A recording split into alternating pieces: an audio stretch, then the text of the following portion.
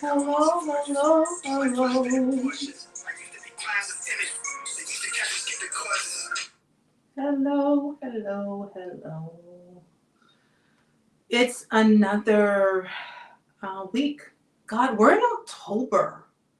Like, how crazy is that? Like, I really feel like the year just started and somehow we have fast forwarded into October, and I'm so confused about what is going on, to be honest. So thank you, everybody who is joining me.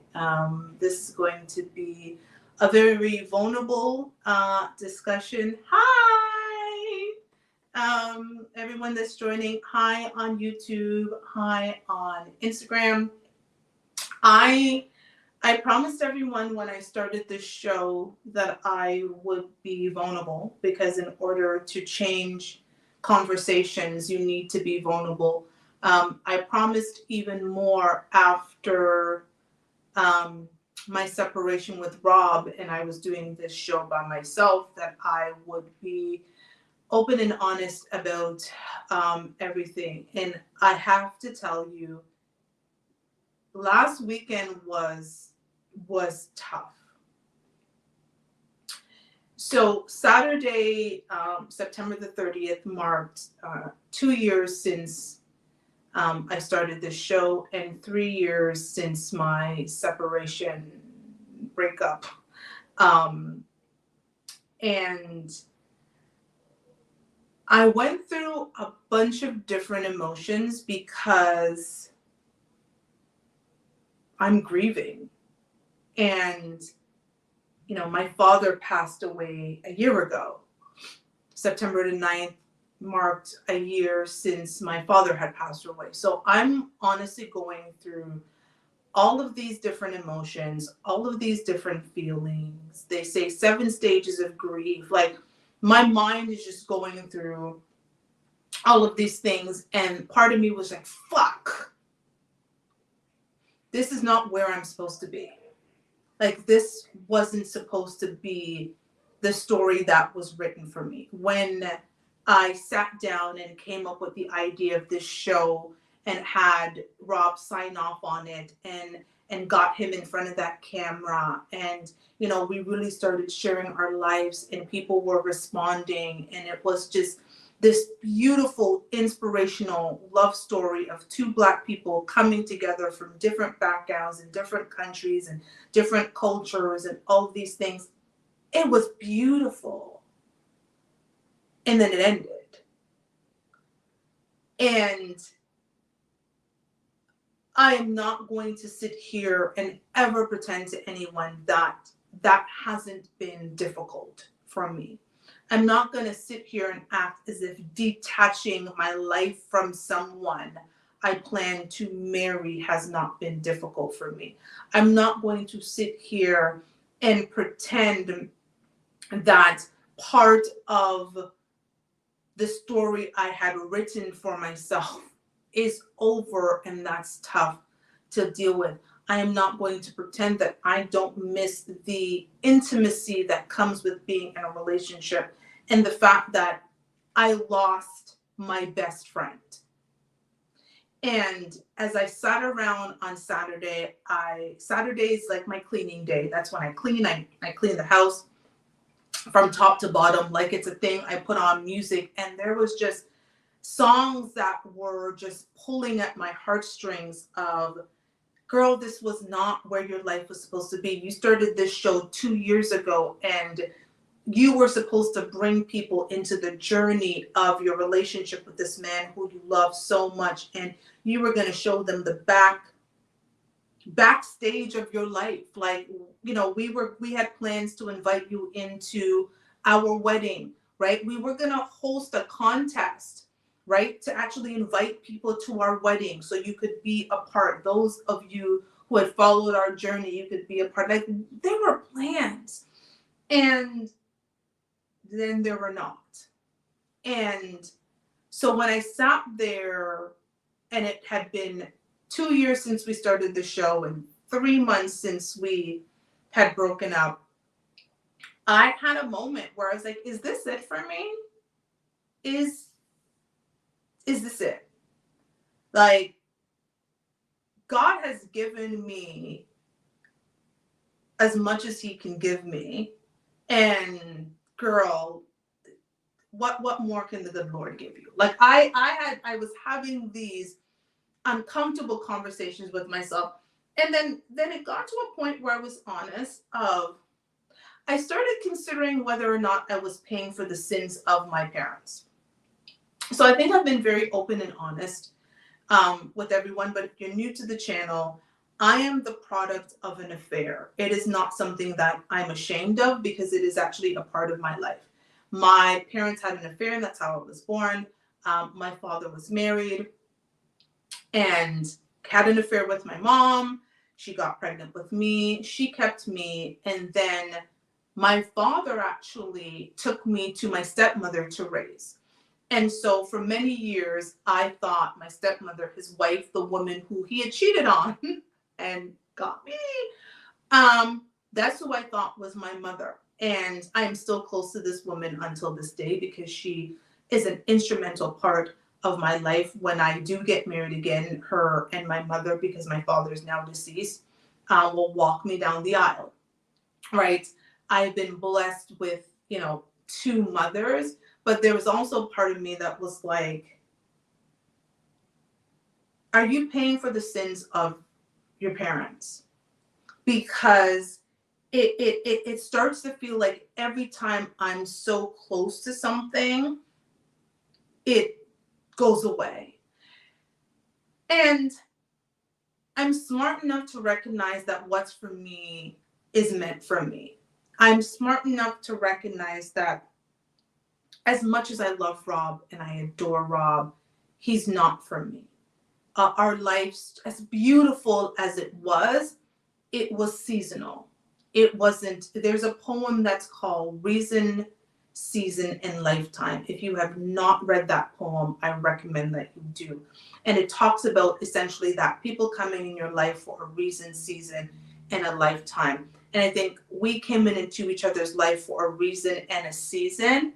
I certainly know that it wasn't for a lifetime, but it doesn't make the heartbreak easier, right? I can fuck my feelings all I want. And I've had to do that throughout these last few months, from leaving Arizona to coming and rebuilding to us finally deciding to part, to dealing with the fact that I was grieving the loss of a relationship and the loss of my father now simultaneously. Like, there was a lot that I have had to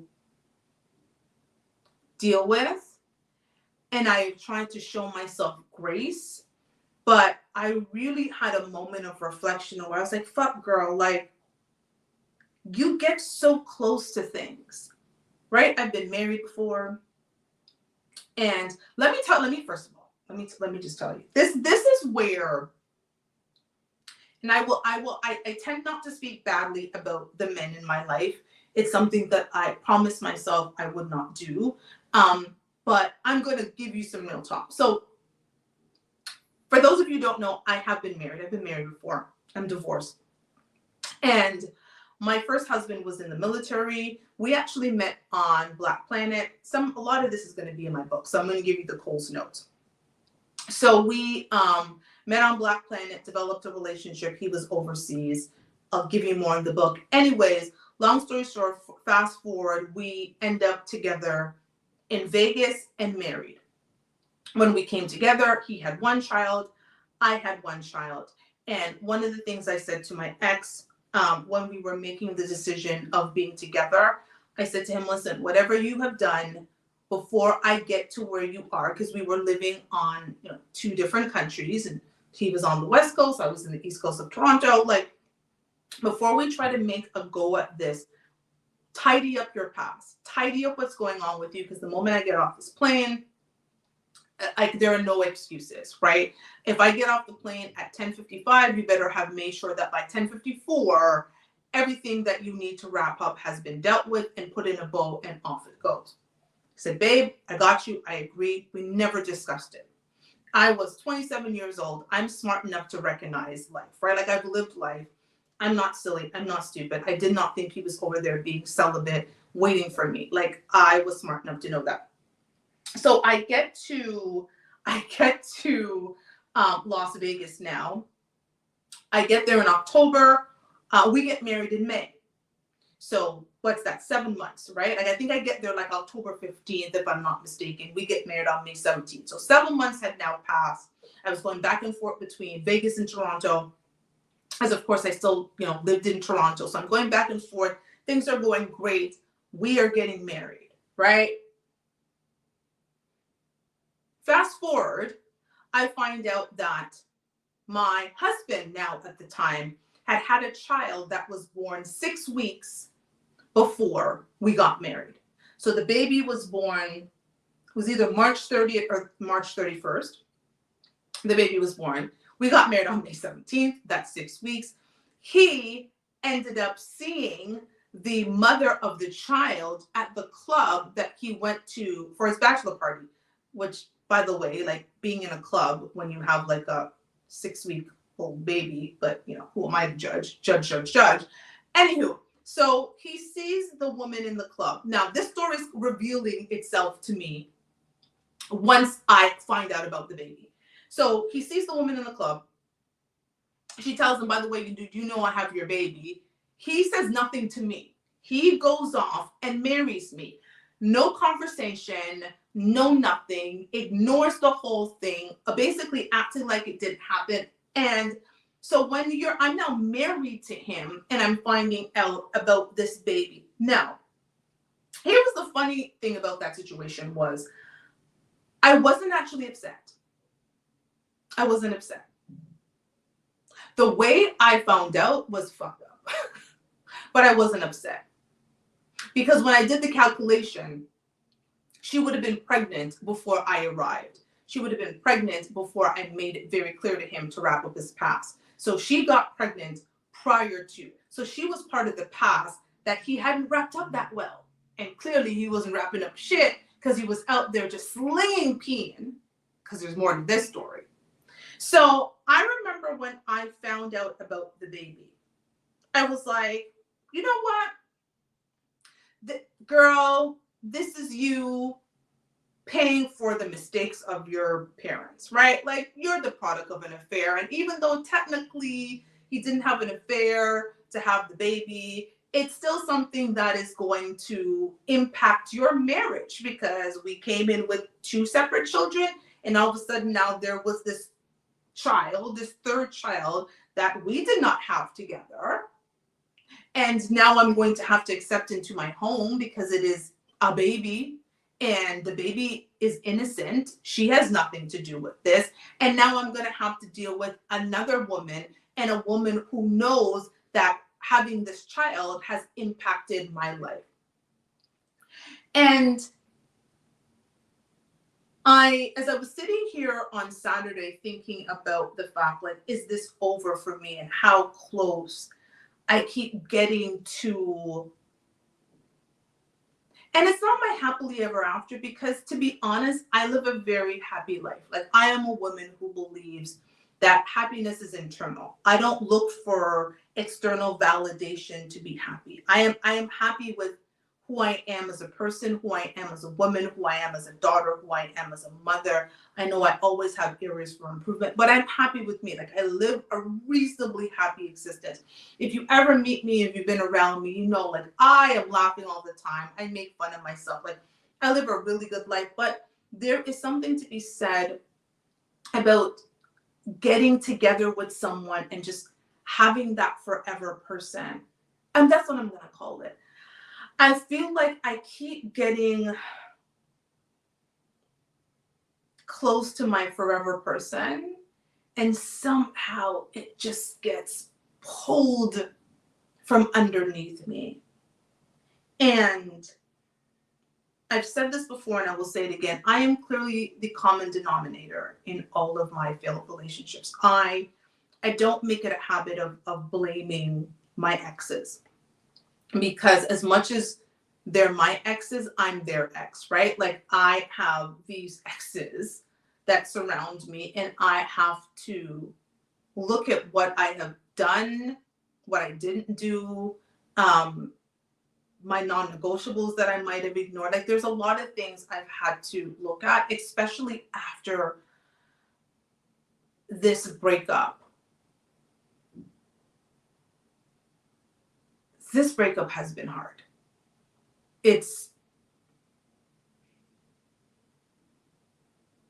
I was as attached to a human being as if that human being came out of my vagina, right? Like,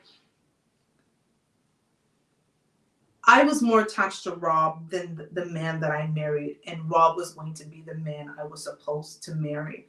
And so to think that I am going to just detach from him in 3 months or 3 weeks or whatever the case, like, that's just not going to happen. And ladies and gentlemen, I say to you, show yourself grace when you're going through a significant breakup.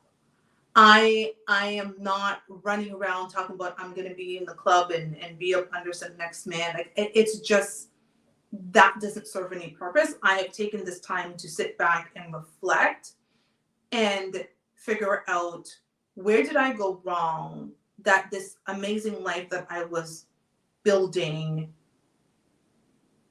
just kind of got pulled out from underneath me. And I mean, technically, they didn't get pulled out from underneath me. We were two people who came together and made a very smart decision that marrying each other based on where we're at, just what didn't make sense. And it was smart for us to do, because I was not going to be a twice divorcee. Like, I am not going through another divorce. I am not committing myself to a man. I can't do it. I don't know how people do it. But it was something like, let me go back to my husband for a second. I would have stayed with my husband if there was only one baby. But no, there was not just one baby.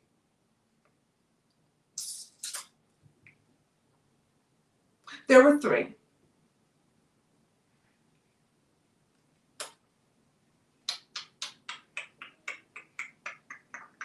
So after finding out about the first baby, and I will talk more about in my book, For Pure Feelings, The Journey to Imperfect Love, more about how this was revealed.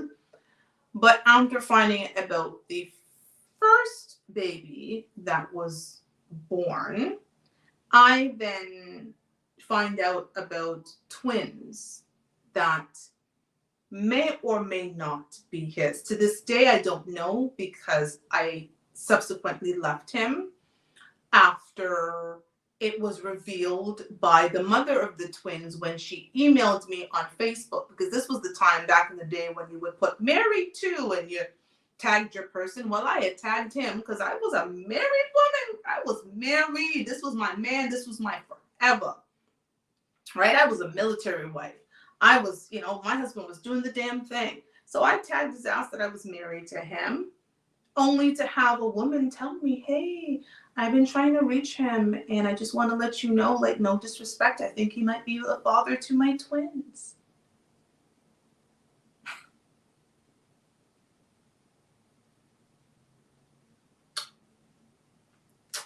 Yeah.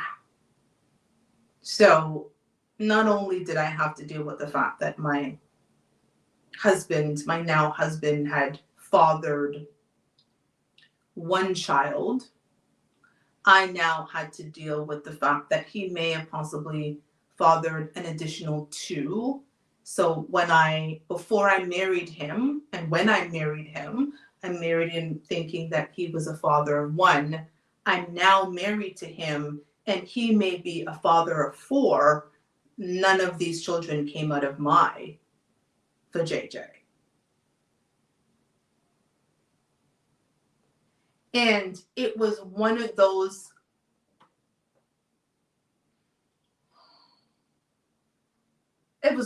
moments where it was like, I did the right things. Like, I felt like I vetted him.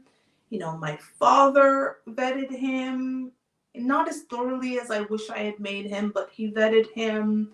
Like, we had really gotten to know each other over the years, and here was this man who professed his love and loved me and did the most romantic things and was sending me flowers and stuff from overseas and just was courting the hell out of me better than any man had ever had. And this man married me, and he had been slinging peen unprotected all over town, impregnating women, and failed as part of the, it would be nice to know that, hey, babe, by the way, before you, I was doing this, and this might, like, and I just thought, damn, girl.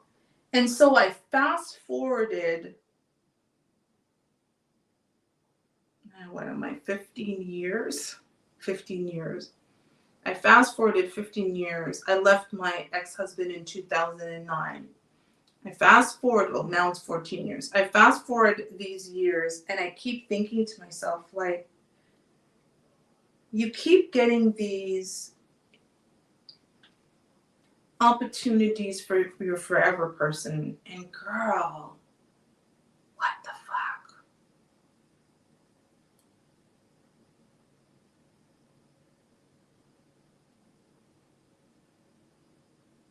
What the fuck?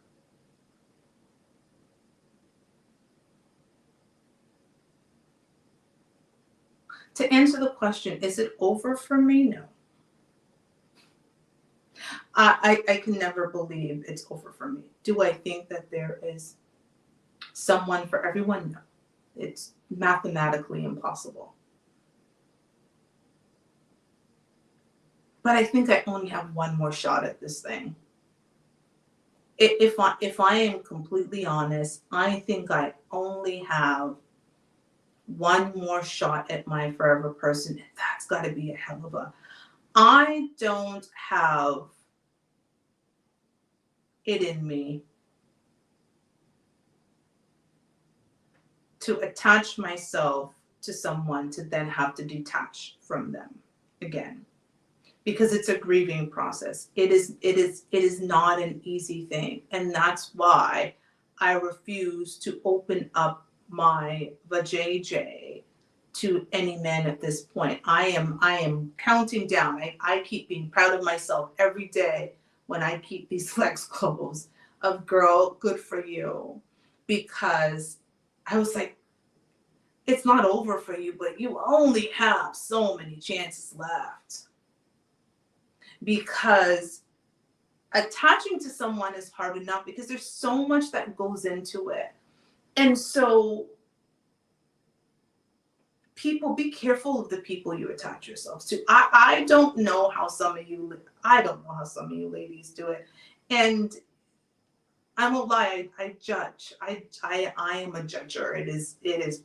I don't get the multiple babies and multiple baby daddies and the constant attaching to new people and having babies like they're souvenirs. Like, I because then you're attaching and then detaching and then attaching to somebody else, and then there is a product of your attachment left when you're trying to detach, and there's no way you don't look at that baby from a man that you've detached from and don't have, you might love it, but deep down there's got to be some level of, ugh, I won't go as far as resentment, but you look at that child because you've attached and detached, and you're like, no, I don't get it. I don't understand it.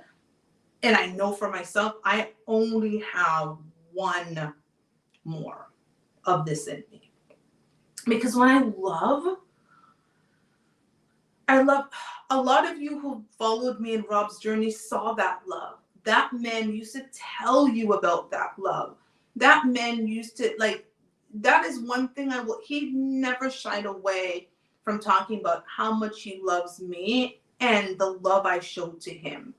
And it was obvious when we sat down together every Thursday. Like, we just had something that was so incredible, and it was so pure. But the reality is, I couldn't bottle it. There were days I wanted to bottle that and keep us immune from the rest of the world, because when it was just us and it wasn't the outside forces, it was beautiful. It was magnificent. It was the kind of love that they write books about and songs about and movies about, and people go to theaters and cry because, again, we fought the odds, and it was amazing and it was beautiful. But I could not bottle just that. There was so much more that came with it. And I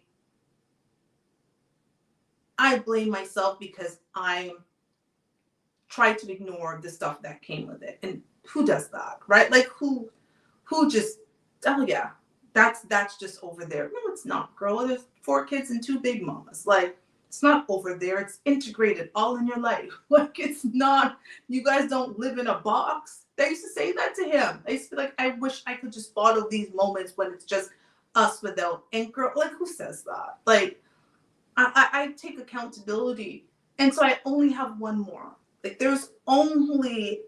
if there's a man sitting beside me in the near future, know that, Lord of mercy, that's got to be it. I am just not in a place where I can intertwine my emotions and intertwine with somebody physically, financially, spiritually, with someone, only to then have to detach from them a few months, a few years. And listen, I know nothing lasts forever.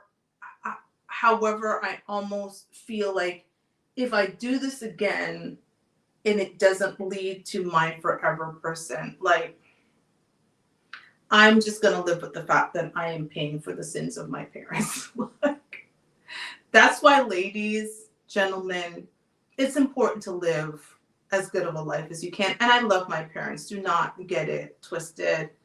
But I'm still the product of an affair. My birth still caused great harm and pain to other human beings. And it wasn't just my stepmothers. My sisters had to deal with, and as much as my sisters love me, and I love my sisters, my 2 eldest sisters dearly, because they had to witness their mother, the pain that their mother, I'm sure, felt. And as much as my stepmother has never said to me she experienced any kind of pain, of course she's not going to tell me that, right? Like, that's not my cross to bear. That's between her and her now deceased ex-husband, my daddy. But I can only imagine having to watch your mother endure that type of pain from the man that she committed herself to. That had to be extremely difficult. And so there are parts of me that just, at some point, I'm just like, girl, like, if with everything that you have to offer and bring to the table, and everything Rob said you had to offer and bring to the table, again, he was very vocal about everything that I brought to his life, and the fact that his life in its present state would have not been what it was. Again, if you've not seen the old clips, just go back and watch a few. And that man told you with his own mouth. And I was like, girl, if with everything you have to offer, especially to a man that all these ladies say they want. Ladies, when you go on Kendra G, you're describing Rob. Minus the problematic 2 women and, but physically, emotionally, intellectually, I don't know where he is financially anymore, but financially, when we were together, you were describing him. And I had a moment of reflection, like, girl, you keep dating these men that these women say that they want. And girl, why can't they be your forever?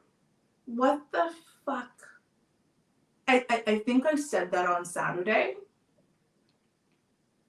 maybe 25 times. I kept just going, fuck, fuck, fuck, fuck, fuck, fuck. I had variations of like, fuck.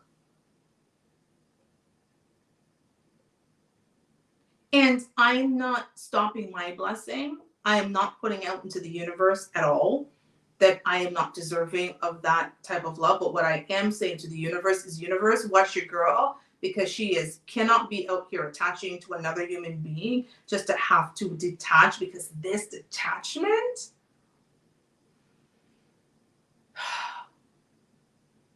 I'm sitting in it. I'm owning it. I am blessed to have loved in that way, but I also know the hurt that comes with loving in that way.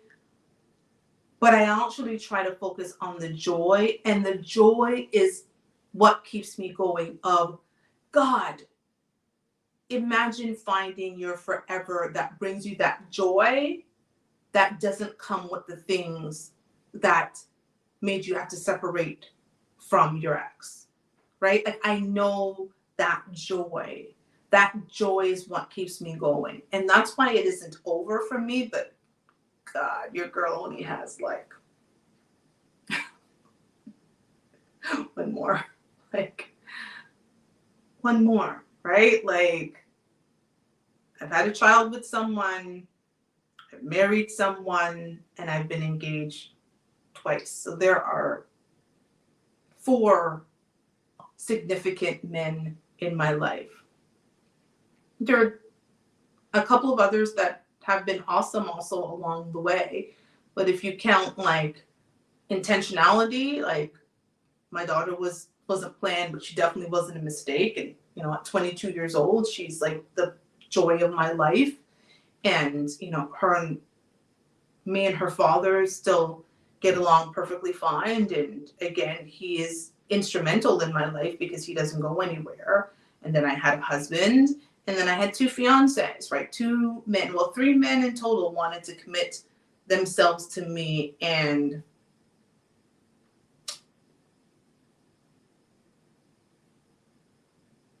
so I've got 1 more in me. And so I'm gonna need y'all to, I don't know what I need y'all to do, because some of y'all prayer ain't going no further than the ceiling. So I need no disrespect, love all of y'all, but some of y'all prayer ain't going no further than the ceiling above me. So I ain't gonna say that, but help me through this. Some of you might be able to guide me through this. I know there's something beautiful on the other side of this. I know that there is something beautiful. I know I'm going to have something beautiful to share. But let me tell you, this grieving process, oh my God.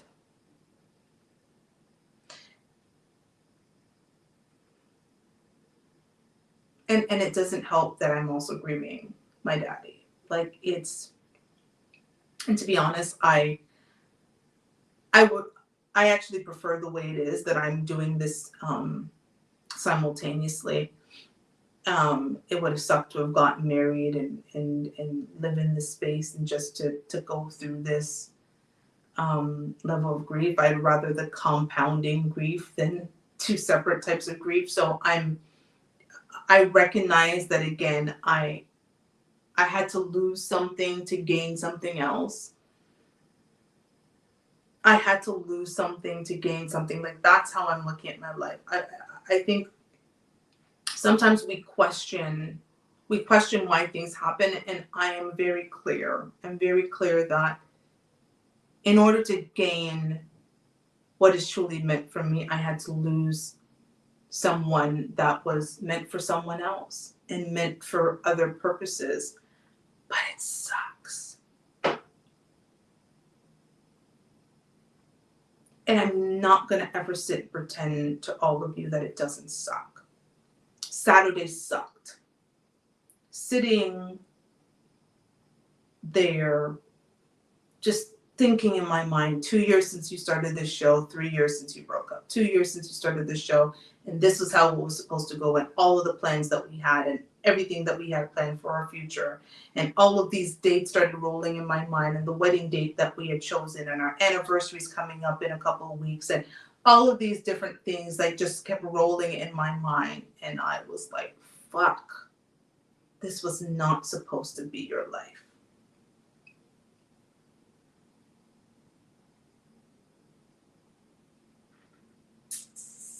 This was not supposed to be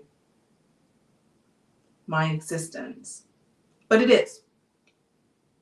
And I own it. And I have to sit in it. And I have to grieve through it.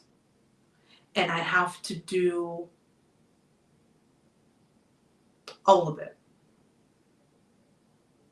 And I would, again, I speak to ladies, I would say for ladies, any of you who have endured or are enduring a significant loss in your life, number one, show yourself some grace. And number two, allow yourself to sit in it. Don't try to speed past it. Don't try to bring someone else in your life thinking that they're going to fulfill the spot of the person you're trying to get over. No one is ever going to fill my ex's shoes. He was him. He was him. I don't get to replace him, because what does that say to the next man who comes in my life? The next man is him, and he brings something unique and amazing, and I need to focus on that. But I have to sit in the grief and the loss and the reflection and, girl, how do you make sure that you do not have to do this again? One of the things that I'm definitely doing, and I will repeat it, is keeping my legs closed. And it's not a celibacy journey, but this is a understanding that physical and spiritual connection can often be mistaken for something more than it is. And as smart as women can be, some of us, we will listen better to a man's penis than his words. For some of us women, a man's penis speaks more loudly to us than a man's words. Listen to me, ladies. Listen to a man's words and not his penis. His penis may have you speaking in tongues, but if you listen to some of his words, he's telling you you are not the one.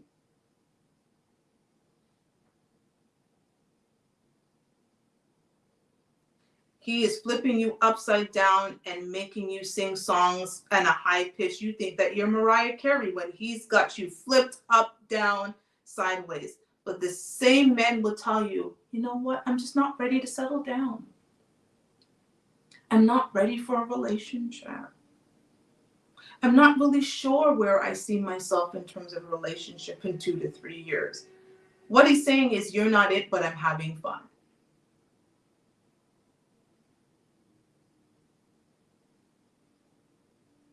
Just because a man is giving you girlfriend treatment, until he says that you are his girlfriend, you are not.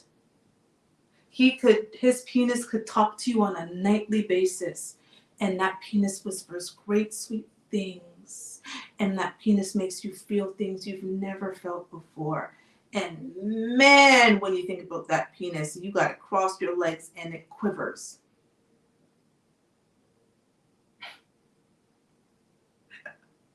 Penis doesn't speak, but a lot of you are hearing words from penis and not from a man's mouth.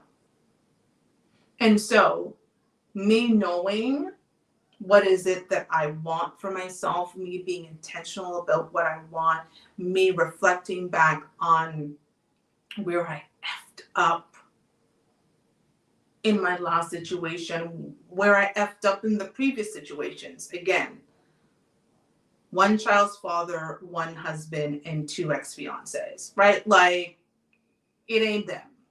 It's me. Right? Like at some point, girl. Like it is not them. It is not them. Yes, did they make mistakes along the way? And could I point out a list of them? Absolutely. But I'm the one left sitting here on this couch alone with 4 significant men in my life, 3 of whom wanted to marry me, 1 of whom did. That's me. And so it clearly can't be them, because I'm the one sitting here reflecting on whether it's over for me. And if I've learned anything in my 43 years and my 27 years of dating, marriage, divorce, and everything in between, is that listening to a man's mouth and watching a man's actions and keeping my legs closed to men, again, who do not care about me after they come, or at least not in the way that you want them to care about you. Yes, you can meet a man who sweats on top of you for 10 to 20 minutes. Yes, he may care about you deeply after he comes, but he doesn't want to be with you. That does happen too. And they tell us. They tell us. Yeah. I've had men say to Sheba, I want you. I will flip it, rub it, turn it upside down, but I don't see myself in a relationship right now. I'm just not in that place. So do I ignore that I don't see myself in a relationship right now because he'll flip it, turn it, rub it upside down and do? No, I don't. So I keep my legs as close as they are right now. And I'm going to do things differently. I'm going to look at all of you to challenge me to do things differently. Ladies, I'm going to challenge you to do things differently. The manosphere has told me that it's over for me. Listen, building this platform has not been easy. I am so lucky I have thick skin and I really do F my feelings. Because if you were to go under some of my videos on YouTube and see what's being said, it is incredible what's being said. And some of it is actually quite hilarious. And most of it I just ignore. Because, I mean, they're strangers on the internet, right? Like, who know nothing about my life. But I also know that, again, I'm the common denominator in everything that's happened in my life. So if I want different results, I've got to make different choices. But fuck. But fuck. But fuck. Fucking your feelings sometimes is not the easiest thing to do for a woman with a show called Fuck Your Feelings.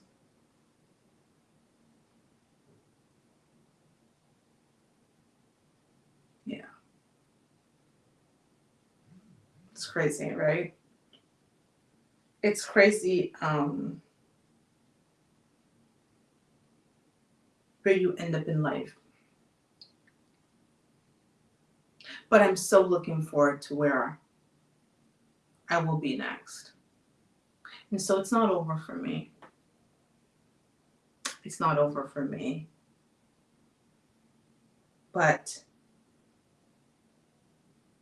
it's up to me to make sure that I am focused, that I am intentional, that I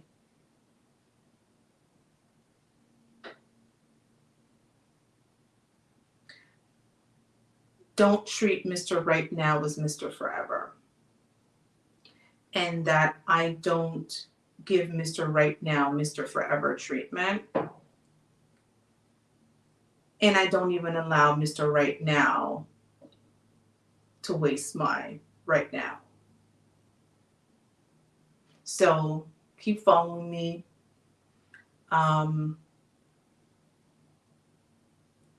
Keep following me. I'm definitely doing things differently. Before I go, I do want to know if anyone has been to Tulum, if you can recommend a hotel. So I am actually thinking about going to Tulum. I turn 44 next month, and I'm considering going on a solo vacation. It would be my second solo vacation. I went to one a few years ago. I went to the Dominican Republic. Puerto Plata is where I was. Beautiful resort, adults only, went by myself. It was amazing. If you've not taken a solo vacation, I absolutely recommend it. You can do whatever you want. You got nobody to tell you, no girlfriends, no man, no nothing. It actually is very interesting to take a solo vacation. So I am looking at potentially going to Tulum.